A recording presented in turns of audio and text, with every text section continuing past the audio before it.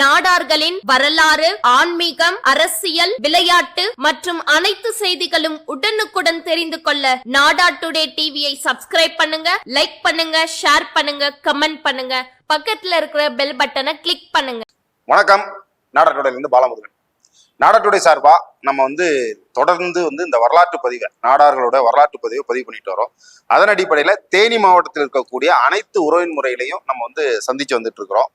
அதுல இன்றைக்கு தேவதானப்பட்டி என்கிற ஒரு ஊருக்கு வந்திருக்கிறோம். இந்த ஊரோட சிறப்புன்னு பாத்தீங்கன்னா, இந்த ஊருக்கு அதாவது இந்த தேனி மாவட்டத்தோட என்ட்ரன்ஸ்ன்னு இது சொல்லணும். திண்டுக்கல் மாவட்டத்துல இருந்து தேனி மாவட்டத்துக்கு உள்ள வரக்கூடிய முதல் என்ட்ரன்ஸ். எப்படி மதுரையில இருந்து என்ட்ரன்ஸ் ஆண்டிப்பட்டின்னு சொல்றோமோ, அதே மாதிரி இந்த திண்டுக்கல் மாவட்டத்துல இருந்து தேனிக்குள்ள வர்றதுக்கு என்ட்ரன்ஸ் இந்த தேவதானப்பட்டின்னு நம்ம சொல்லணும். கிட்டத்தட்ட 400 ஆண்டுகளுக்கு முன்னாடியே இங்க நாடார்கள் வந்திருக்காங்க. இந்த ஊரை உருவாக்குனதுல மிகப்பெரிய ஒரு பங்களிப்பு நாடார்களுக்கு இருக்கு. இன்னைக்கு அதாவது இங்க ஒரு நம்மளுடைய கோயில் இருக்கு, பத்ரகாளியம்மன் கோயில், மற்றும் மண்டபங்கள் வச்சிருக்காங்க. அதாவது ஒரு தனித்தன்மையோட இந்த பகுதியில நாடார்கள் வாழ்ந்து கொண்டிருக்கிறாங்க. இந்த உறவுமுறை பத்தி நிறைய விஷயங்கள் புதைந்து கிடக்கு. இதோட தலைவர் திரு கார்த்திகேயன் அவரோட இந்த உறவுமுறை பத்தி நிறைய கேட்க இருக்கிறோம்.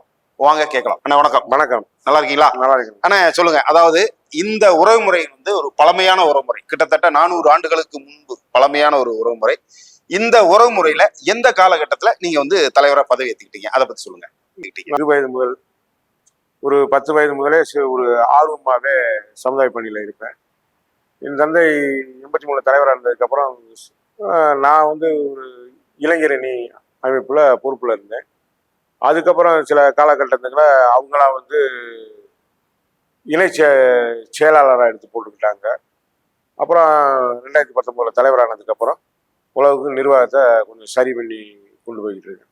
சரி, இப்போ உங்க ஊரோட சிறப்பு என்ன? அதாவது கிட்டத்தட்ட ஒரு 400 ஆண்டுகள் பழமையான ஒரு சங்கம் இது இல்லையா, உறவின் முறை இது. இந்த உறவின் முறைய தனி சிறப்பு என்ன, அதை பத்தி சொல்லுங்க. இந்த ஊரோட தனி சிறப்பு இது தெய்வீக மாநகர். இங்க பல ஆலயங்கள், பல சமுதாயங்கள் ஒன்றாக சேர்ந்து கும்பிடக்கூடிய தெய்வங்கள் இருக்கிறது. அதில் எல்லா உரிமைகளுமே இந்த 400 ஆண்டுகளுக்கு முதல் நம் குடியாக பெயர்ந்ததனால் நமக்குன்ற ஒரு மரியாதையை அந்த காலத்தில் வாங்கி வைத்து இருக்கிறார்கள். அதை சிலர் இன்று சரியாக நடைமுறைப்படுத்துவதில்லை. அதை சரியான முறையில் இப்ப நடைமுறைப்படுத்தி கொண்டிருக்கிறது. இது பழமையான ஒரு உறவுமுறை. இந்த உறவுமுறை சார்பா நம்ம மக்களுக்கு என்னென்ன சலுகைகள்லாம் நீங்க பண்றீங்க? நம்ம உரைமுறையில சலுகைன்னு எடுத்துக்கிட்டீங்கன்னா, இந்த மண்டபம் வெளியில வாடகைக்கு போடுறோம்னா 20,000 வாடகைக்கு போடுறோம். நம்மளுக்கு அந்த கிளீன் சார்ஜ், கரண்ட் பில்லு இதுகளை மட்டும் வாங்கிட்டு நம்ம உரைமுறையில சந்தா கட்டுறவங்களுக்கு வாங்குறோம். அதுபோல ஈம காரியம்னா அன்னைக்கு உரைமுறையில நிர்வாகிகள் நின்று சுடுகாட்டு போற வரைக்கும் அது முக்கிய செலவுகளை பூரா அடக்கம் பண்றதுல இருந்து இது வரைக்கும் ஒரு 15,000 ரூபாய், பிளக்ஸ் வைக்கிறதுல இருந்து எல்லாமே 15,000 ரூபாய், 17,000 ரூபாய் வரைக்கும் நம்ம செலவு பண்ணிடுறோம். அதாவது இந்த உறவு முறையில யாராட்டும் புராண காலகட்டத்தில் நம்ம உரைமுறையில ஒரு 150 தலைக்கட்டு இருக்கு.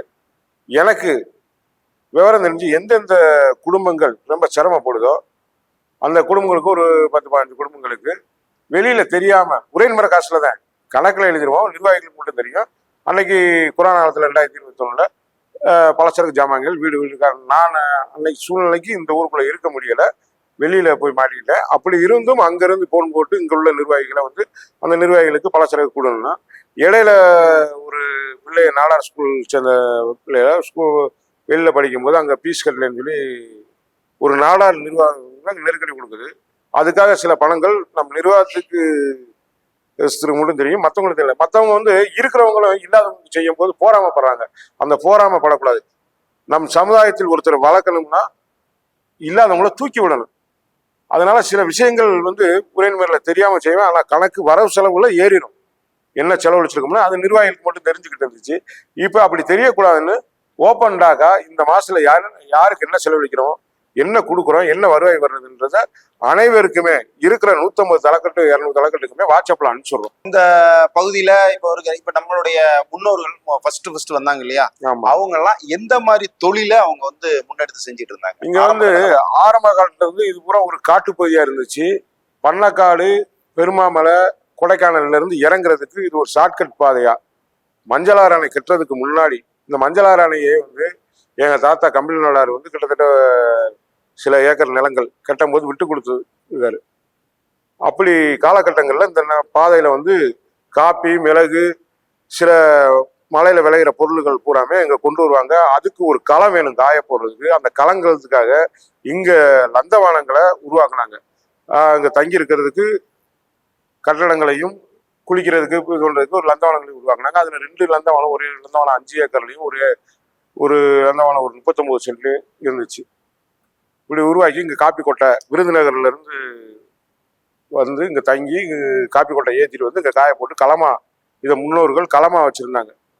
அதுலதான் கட்டடங்கள் பழைய நிர்வாகிகள் கட்டி ஸ்கூலு இதுக்கெல்லாம் நடந்துகிட்டு இருந்துச்சு. அவங்க விருதுநகர்காரங்க சிலர் அப்படியே வந்தவங்க இருந்தவங்க, மாலையம்மன் கோயில் சாமி கும்பிட்றவங்க, எங்க பாட்டன் மலையாண்டியம்மன் கோயில் கும்பிட்றவங்க, 5 வீட்டு சாமி கும்பிட்றவங்க, அடுத்துக்கடுத்து இருந்தாங்க பெரியாண்டவர் கும்பிட்றவங்க. இந்த 3 பங்காளிகள் கொஞ்சம் முன்னாடி வந்தோம். அதுக்கப்புறம் அந்த 5 வீட்டு சாமி, அப்புறம் சில பங்காளிகள் கண்ணூர்ல இருந்து சில கூட்டங்கள் வந்தாங்க. அவங்க வந்து இப்ப தேவாரத்துல போயிட்டாங்க. ஏலக்காயவாரத்துல ரமேஷ், சோமு, ராஜேந்திரன் இன்னைக்கு அவங்க பெரிய லெவல்ல ஏலக்காயவாரம். இந்த வியாபாரங்களை அங்க போய் பண்ண ஆரம்பிச்சிட்டாங்க. தேவாரங்கள்ல, தேவாரம் போடியில முதல்ல இந்த ஊருக்கு வந்த நம்ம தலைக்கட்டு யார் இந்த ஊருக்கு முதலா வந்ததுன்னா அந்த 400 ஆண்டுகளுக்கு முன்னாடி மாலையம்மன் எங்க மாமன் மச்சிரை பங்காளிகள் அவங்க தான் இந்த ஊருக்கு முதலா வந்திருக்காங்க. அவங்க வந்ததுக்கான அடையாளங்கள் அவர்களுக்கு தெரியுதோ இல்லையோ எனக்கு தெரியும். கிட்டத்தட்ட அவங்க சமாதிகள் ஒரு ஊர்ல வந்து சமாதி கட்டியிருக்காங்கன்னா அந்த ஊர்ல எத்தனை ஆண்டுகளுக்கு முன்னாடி கட்டினதுன்னு அந்த கல்வெட்டுலயே இருக்கு. 2வது அங்க கோயில், அதுக்கு முன்னாடி கோயில் கட்டியிருக்காங்க கிட்டத்தட்ட 350 ஆண்டுகளுக்கு முன்னாடி. அப்ப 400 ஆண்டுகளுக்கு முன்னாடி அங்க வந்திருக்காங்க. காட்டு பகுதியா இருந்த ஒரு பகுதி, காட்டு பகுதியா இந்த பகுதியை உருவாக்குறதுக்கு நம்ம நாடார்கள் தான் அதிகமா முன்னணியில. ஆனா இன்னைக்கு இருக்கிற ஜெனரேஷனுக்கு அந்த பூர்வீக குடிகள் எல்லாம் என்னன்னு தெரியாது. இந்த ஊர் நாங்க தான் உருவாக்கணும், நாங்க தான். இன்னைக்கு வந்து நம்ம நாடார்கள் வந்து நிறைய வந்து தொழில் சம்பந்தமா இருக்கிறதுனால அங்கங்க பிழைப்புக்காக இங்க இருந்து ஒரு 600-700 தலைக்கட்டு இன்னைக்கு இருந்த ஒரு 2000 தலைக்கட்டாக உருவாயிருக்கும். ஆனா எல்லாருமே இந்த தியாகரப்பட்டி மண்ணில இருந்து போனவங்க தான். ஆண்டிவெட்டி, தேனி, சென்னை வரைக்கும் இங்க இருந்து போனவங்க இப்ப நிறைய பேர். அவங்களுக்கே எந்த ஒரு பூர்வீகம் தெரியாது. கிட்டத்தட்ட ஒரு 2000 தலைக்கட்டு கிட்ட இங்க இருந்து வெளில போய் வாழ்ந்துகிட்டு இருக்காங்க. தேனியை பொறுத்து பாத்தீங்கன்னா இப்ப காமாட்சிபுரம் ஒரு முறைனா சென்னையிலயும் காமாட்சிபுரம் ஒரு முறை இருக்கும். காமாட்சிபுரம் அதே மாதிரி சுக்காங்கல்பட்டி ஒரு முறைன்னு சொல்லிட்டு சென்னையில அந்த மாதிரி வச்சிருக்காங்க. அதே மாதிரி உங்க ஊர்ல இருந்து போனவங்க எங்கேயாட்டு ஒரு முறை இங்க இருந்து போனவங்க என்னன்னா இங்க ஒரு 4-5 பங்காளி இருக்கு. 3 பங்காளி வரா, அப்புறம் 4 பங்காளி வரா, அப்புறம் 5 பங்காளி ஆயிரும். இப்படி பங்காளிகள்ல இருந்து பிரிஞ்சு போறதுனால அங்க ஒரு உரைமுறையா உருவாக்க முடியல. தனித்தனியா பிரிஞ்சிருக்காங்க. அவங்க எங்க இருந்து வந்தோம், பூர்வீகம் எங்கன்னு தெரியாத அளவுக்கு இருக்காங்க. இங்க இருந்து போனவங்க பூராமே பெரிய பெரிய ஆட்களாக இன்னைக்கு நிறைய இருந்துகிட்டே இருக்காங்க. பெரிய தொழில் முனைவர்களாக இருக்காங்க. இப்ப காரைக்குடியில வந்து சுப்பையா ஸ்டோர் இருக்கும். அந்த பாட்டி வந்து இங்க பிறந்தவங்க. சுப்பையா ஸ்டோர்னா இன்னைக்கு காரைக்குடியில நம்பர் 1. அவங்க வந்து எனக்கு சொந்தக்காரவங்க. அவங்களுக்கே நான் யாருன்னு தெரியாது. அவங்க தங்கச்சி மீனம்மான் இங்க இருந்திருக்காங்க. அவங்க அண்ணன் இங்க இருந்திருக்காங்க. அவங்க அண்ணன் பிள்ளைகள்லாம் வந்து இப்ப வந்து தேவாரத்துல இருக்காங்க. அவங்க வந்து தேவாரத்துல போய் நிறைய பேர் ஏலக்காவாரத்துல பெருசா இருக்காங்க. இப்படி நிறைய தொழில் முனைவர்கள் பெரிய பெரிய ஆட்கள் இருக்கிறாங்க. எந்த ஊர்ல இருந்து வந்தோம்னு பூர்வீகத்தை அறிஞ்சுக்காம ஒரு குறுகிய ரவுண்டுக்குள்ள இருக்கிறதுனால மத்த இங்க இருந்து போனவங்களுக்கு இன்னும் தெரியல. ஸோ அதாவது இங்க இருந்து போய் வெளியூர்கள்லாம் போய் இன்னைக்கு வந்து பெரிய ஒரு நிறுவனங்கள்லாம் நடத்திட்டு வருவாங்கலாம் இந்த ஊரை பூர்வீகம் சேர்ந்தவங்க. ஆனா அவங்களுக்கு இன்னைக்கு வந்து அவங்க வந்து ஒரு தொடர்பு இல்லாத ஒரு நிலை இருக்குது. தொடர்பு இல்லாம. சரி. ஸோ அப்போ இந்த நேர்காணல் மூலமாக வந்து இந்த ஊர்ல பூர்வீகமாக உள்ள மக்களை எல்லாம் தொடர்பு கொள்றதுக்கு ஒரு வாய்ப்பா அமையும் நம்புறேன். வேற என்ன சிறப்பான செய்தி இருக்கு உங்க உறவுமுறை பத்தி சொல்லுங்க. இங்க சிறப்பான செய்தினா எல்லா மக்களும் இன்னைக்கு வந்து ஒரு 150 மக்கள் இருக்கோம்னா பல ஒரே முறையில வந்து ஒற்றுமை இல்லாம அது இதுன்னு கரைச்சணும். இங்க எது சொன்னாலும் தலைவர் சொன்னா சரி அப்படின்னு கேட்கிற அளவுல என் மீது நம்பிக்கை கொண்டு இருக்கிறார்கள். நான் என்ன செஞ்சாலும் சரி, ஒரு விஷயத்தை கேட்டு செஞ்சாலும் கேட்காம செஞ்சாலும் அது நல்ல முறையில அது நடக்கும் என்று என்னுடைய நிர்வாகத்தை இங்க நம்பி இருக்கிறார்கள். இப்போ ஒவ்வொரு ஊர்லயும் அந்த திருவிழாக்கள் ஒவ்வொரு மாதிரி நடத்துறாங்க. உங்க ஊர்ல இந்த திருவிழா எப்படி நடத்துறீங்க, அதை பத்தி சொல்லுங்க. எங்க ஊர்ல ஒரு 3 நாள் திருவிழாவை நடத்துறோம். நான் நிர்வாக பொறுப்பு ஏற்றதுக்கு அப்புறம் நிறைய இங்க இருந்து ஒரு 150 தலைக்கட்டுல ஒரு 70-80 தலைக்கட்டு வெளியூர் போனதுனால எல்லாருமே இங்க இருக்கணும், எல்லாருமே சந்தோஷமா இருக்கணும், ஒரு 3 நாள் இருக்கணும். 3 நாளுமே சாப்பாடு கிட்டத்தட்ட ஒரு 8 நேர உணவை இங்க தயார் பண்ணிடுவோம். அது என்ன செலவாகுது நல்லா பார்க்க மாட்டோம்.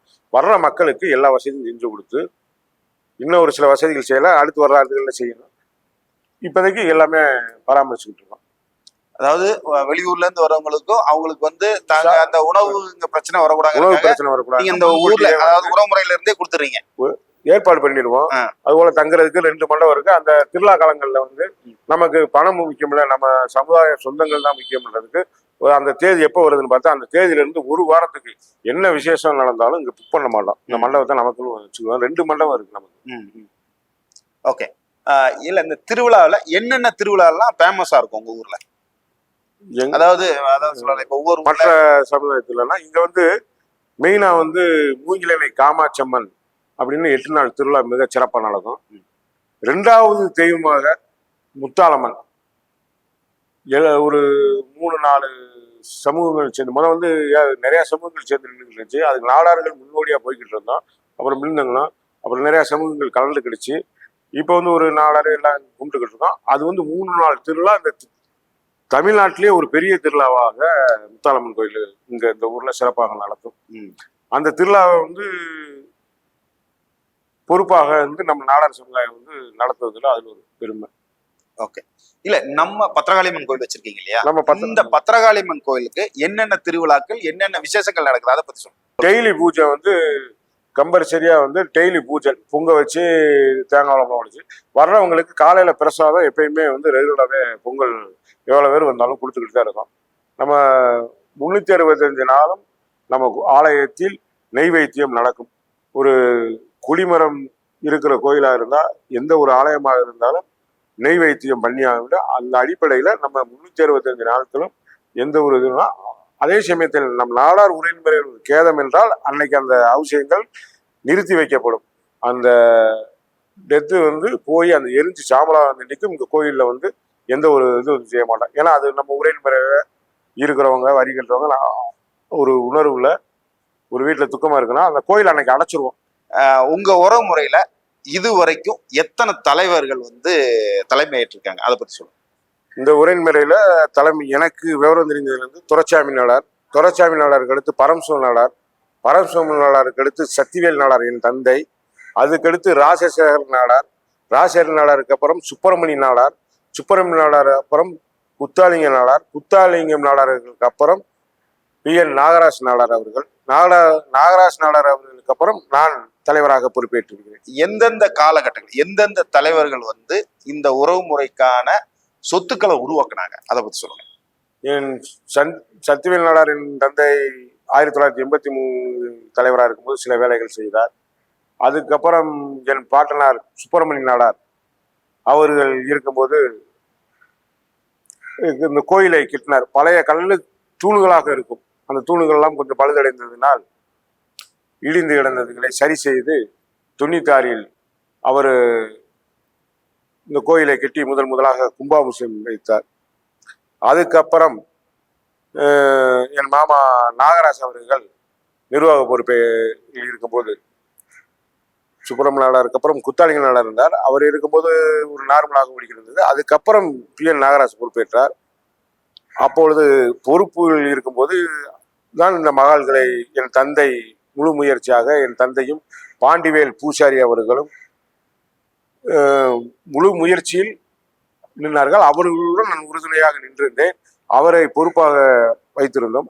அதற்கு பின் ஒரு சில காலகட்டங்களில் அவர் பொறுப்பாக வைத்திருந்து நாங்கள் இந்த ராஜ கோபுரங்களை வெளியில் போய் வசூல் பண்ணி செய்து அவர் காலகட்டத்தில் அவர் பொறுப்பாளராக இருந்த காலகட்டத்தில் நாங்கள் வசூல் பண்ணி செய்திருந்தோம். வரவு செலவை மட்டும் அவர் பார்த்துக் கொள்வார். அதற்கு பின் நான் முழு பொறுப்பையும் 19 ஏற்றுக்கொள்கிறேன். ஏற்றுக்கொண்டது பின் பல கட்டடங்கள் இந்த வளர்ச்சிகளை புற முழுமை அடைத்து இன்னும் சில வேலைகள் இருக்கிறது. இன்னும் நம் பழைய லந்தவனம்லாம் இருக்கு, அங்கெல்லாம் கருள் விநாயகர் வழி இடிந்த நிலையில் இருக்கு. அதெல்லாம் சரி செய்து பழைய வழிக்கு கட்ட வேண்டும். இப்போ நான் இந்த உரைமுறை வந்து ஒரு பழமையான ஒரு உரைமுறைய தலைவரா இருக்கிறீங்க நீங்க. ஆமா, இந்த உரைமுறைக்கும் இன்றைக்கு தேனி மாவட்டத்துல கிட்டத்தட்ட ஒரு 52 உரைமுறைகள் இருக்குன்னு நினைக்கிறேன். 50க்கும் மேற்பட்ட உரைமுறைகள் இருக்கு. இந்த உரைமுறைகள், ஆமா, இந்த உரைமுறைகளுக்கும் உங்க உரைமுறைகளுக்குள்ள தொடர்பை பத்தி சொல்லுங்க. இப்பொழுதுதான் கொஞ்சம் தொடர்புகளை உருவாக்கி கொண்டிருக்கிறோம். எங்க உரைமுறை சில காலகட்டங்களில் இங்கு ஒரு உரைமுறை பழமையான உரைமுறையாக இருந்தாலும் உரைமுறை இருக்கு, இங்க நாடார்கள் இந்த ஊரில் இருக்கிறார்களே என்று தெரியாததை இப்ப நான் வந்ததுக்கு அப்புறம் சில காலகட்டங்களில் தெரிய வைத்துக் கொண்டிருக்கிறோம்.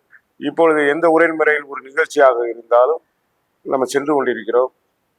இப்ப தேனி உரைமுறையில் காமராஜர் பிறந்தநாள் கலைச்சிருந்தார்கள், காமாட்சிபுரத்தில் ஒரு சில கலைச்சிருந்தார்கள். இப்ப அழைக்கும் போது இப்ப வெளியில் நம்ம உரைமுறை இருக்கு என்பதை தெரிந்து இப்பொழுதுதான் தொடர்பு கொண்டிருக்கிறோம். அதுபோல் ஒவ்வொரு உரைமுறையும் தேனி மாவட்டத்தில் உள்ள அனைத்து உரைமுறையும் இப்ப ஒரு 60 உரைமுறைக்கு மேல் இருக்கும். இந்த 60 உரைமுறையிலும் ஒரு உரைமுறையில் ஒரு திருவிழா காலம் என்றாலும் ஒரு விசேஷ காலம் என்றாலும் தொடர்பு கொண்டு நேரில் வரவேற்றாலும் ஒரு தபால் மூலமாக தொடர்பை ஏற்படுத்த வேண்டும். 60க்கு மேற்பட்ட உரைமுறைக்கு யார் யார் நிர்வாகிகள், யார் அந்த ஊரில் பொறுப்பாளர்கள் என்றே தெரியாத அளவுக்கு தான் இயங்கிக் கொண்டிருக்கிறோம் நம் நாடார் சமுதாயம். அதை வெளியில் கொண்டு வர வேண்டும். இல்ல, அந்த முயற்சியில தான் வந்து நம்ம நாடகத்துறை சார்பா வந்து அதை வந்து நம்ம பதிவு பண்ணி அவங்களோட டேட்டா பேஸ் எல்லாமே வந்து ஆன்லைன்லயே நம்ம கொண்டு வந்துட்டு இருக்கோம்.